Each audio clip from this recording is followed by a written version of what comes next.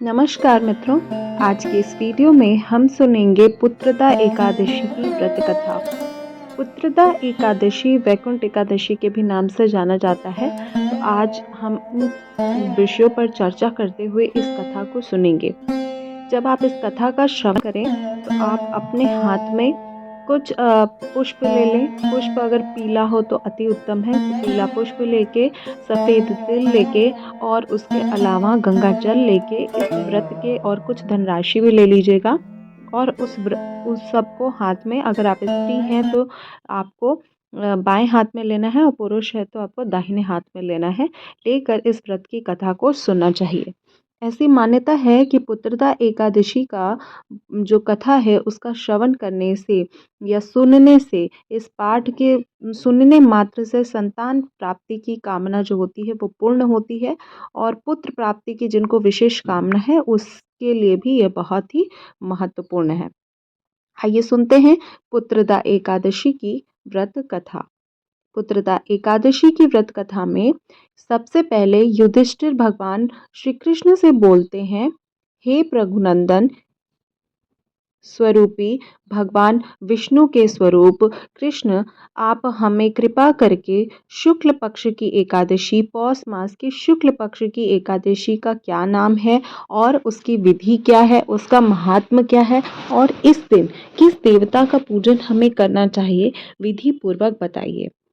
इतने पर भगवान श्री कृष्ण बोलते हैं, हे राजन, पौष के शुक्ल पक्ष की जो एकादशी तिथि होती है उसे मैं बतलाता हूँ। जो पौष की शुक्ल पक्ष की एकादशी होती है इसको हम पुत्रदा एकादशी के नाम से जानते हैं। इसके विषय में मैं आपको पूर्ण रूप से विस्तार में बताता हूँ। संसार के हित की इच्छा से मैं आपको इस कथा का वर्णन करता हूँ। राजन, पूर्वोक्त विधि से ही यल पूर्वक इस व्रत को यथाशक्ति संपूर्ण भाव से करना चाहिए। इसका नाम पुत्रदा है। यह सब पापों को हरने में उत्तम तिथि है, समस्त पापों को नष्ट करने वाली तिथि है। समस्त कामनाओं और समस्त सिद्धियों के दाता भगवान नारायण इस तिथि के आदि देवता हैं। चराचर गाड़ियों सहित समस्त त्रिलोकों में इससे बढ़कर कोई दूसरी तिथि हो ही नहीं सकती है। पूर्व काल की बात है, भद्रावती पुरी में राजा सुकेतु मान राज्य करते थे। उनकी रानी का नाम चंपा था। राजा बहुत समय तक कोई वंशधर पुत्र प्राप्त नहीं हुआ था, इसलिए दोनों पति पत्नी सदा चिंता में, शोक में डूबे रहते थे। राजा अपने पितरों के दिए हुए जल शोकोपाक्ष में गर्म करके पीते थे। राजा के बाद कोई ऐसा नहीं दिखाई दिया जो इनके तर्पण भाव कर पितरों को सुखी कर सके। यह सोचकर समस्त पितृ, जितने भी पितृ थे राजा सुकेतु के, उन जो सुकेतु मान के जितने भी पितृ थे वो सभी दुखी रहते थे। इसके अलावा रानी भी अत्यंत दुखी रहा करती थी। रानी के तो दुख का कोई अपार था ही नहीं। काफी दुखी रहने के कारण उनकी शारीरिक दशा भी बिगड़ती जा रही थी। एक दिन राजा घोड़े पर सवार होकर घन वन में चले गए। इसी चिंता में राजा घने वन में चले गए। पुरोहित आदि किसी को भी यह बात पता ही नहीं थी। मृग और पक्षियों से सेवित उस सघन कानन में राजा भ्रमण करने लगे। कानन इत्यादि का मतलब होता है कि जो वन है, काफी घना वन है, वहां पर राजा भ्रमण करने लगे। काफी दुखी थे वो। मार्ग में कहीं सियार की बोली सुनाई पड़ती थी तो कहीं उल्लुओं की, जहां तहां ऋछ और मृग दृष्टि गोचर हो रहे थे। इस प्रकार धूम धूमक राजा वन में शोभा देख रहे थे। इतने में ही दोपहर हो गई। राजा को भूख और प्यास सताने लगी। वे जल की खोज में इधर उधर दौड़ने लगे। किसी पुण्य के प्रभाव से उन्हें अत्यधिक सुंदर सरोवर दिखाई दिया और उसी सुंदर सरोवर के निकट एक मुनि का आश्रम था। शोभाशाली नरेश ने उन आश्रमों की ओर देखा। यह समय शुभ की सूचना देने वाला और शकुन होने वाला था। राजा का दाहिना हाथ फड़कने लगा और उत्तम फल की सूचना दे रहा था। जो राजा का दाहिना हाथ फड़कना था वो उत्तम फल की सूचना दे रहा था। सरोवर के तट पर बहुत से मुनि वेद पाठ कर रहे थे। उन्हें देखकर राजा को बहुत ही हर्ष हुआ। वे घोड़े से उतरकर मुनियों के सामने खड़े हो गए। पृथक पृथक उन सबकी वंदना करने लगे।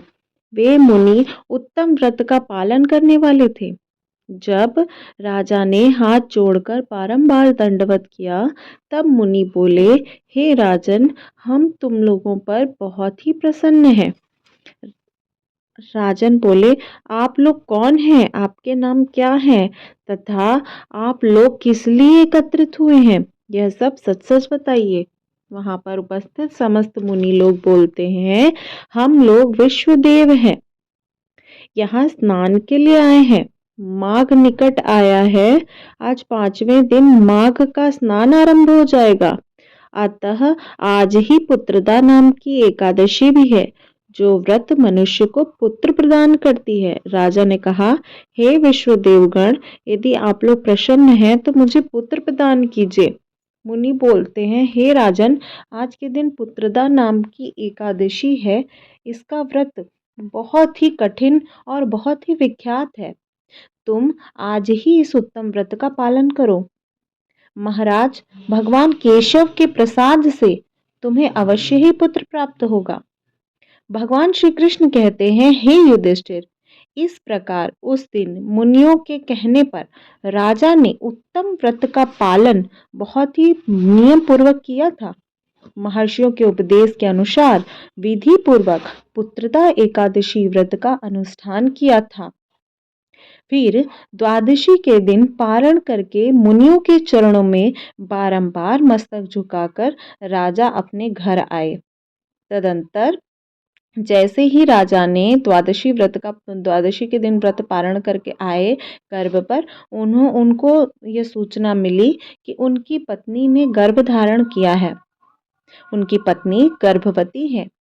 प्रसव काल आने पर पुण्यकर्मा राजा को तेजस्वी पुत्र प्राप्त हुआ, जिसके गुणों से जो राजा थे वो काफी संतुष्ट हुए। वह प्रजापालक हुआ। इसलिए राजा पुत्रदा के उत्तम व्रत अवश्य करना चाहिए। भगवान श्री कृष्ण युधिष्ठिर महाराज जी से बोल रहे हैं कि हे राजन, पुत्रदा का उत्तम व्रत अवश्य करना चाहिए। मैंने लोगों के हित के लिए तुम्हारे सामने इसका वर्णन किया है। जो मनुष्य एकाग्रचित्त होकर पुत्रदा का व्रत करते हैं, वे इस लोक में पुत्र पाकर मृत्यु के पश्चात स्वर्गगामी तथा इस महात्म्य को पढ़ने अथवा सुनने से अग्निअष्टोद्योम यज्ञ का फल प्राप्त होता है। यज्ञ के फल प्राप्त करने की इच्छा रखने वाले मनुष्य को भी इस व्रत की कथा को पढ़ना अथवा सुनना चाहिए। जिस प्रकार से व्रत को पढ़ने का महात्म्य है, उसी प्रकार से व्रत को सुनने का महात्म्य है। आशा करती हूँ कि मेरे द्वारा वर्णित पुत्रदा एकादशी की व्रत कथा सरलतम एवं साधारण वाक्यों और शब्दों का प्रयोग करते हुए मैंने आपको इस व्रत का कथा आपको सुनाई है। उम्मीद करती हूँ मेरे द्वारा पुत्रदा एकादशी की व्रत कथा आपको उत्तम लगी होगी, अच्छी लगी होगी। अगर एकादशी व्रत की कथा अच्छी लगी है तो लाइक शेयर ज़रूर कीजिएगा, और चैनल पर पहली बार विजिट कर रहे हैं तो हमारे चैनल और हमारे परिवार का हिस्सा बनिएगा, चैनल को सब्सक्राइब कर लीजिएगा। आप सभी को वैकुंठ एकादशी और शुक्ल पक्ष की प्रथम एकादशी पुत्रदा एकादशी व्रत की बहुत ढेर सारी शुभकामना, मंगल कामना। जय श्री विष्णु।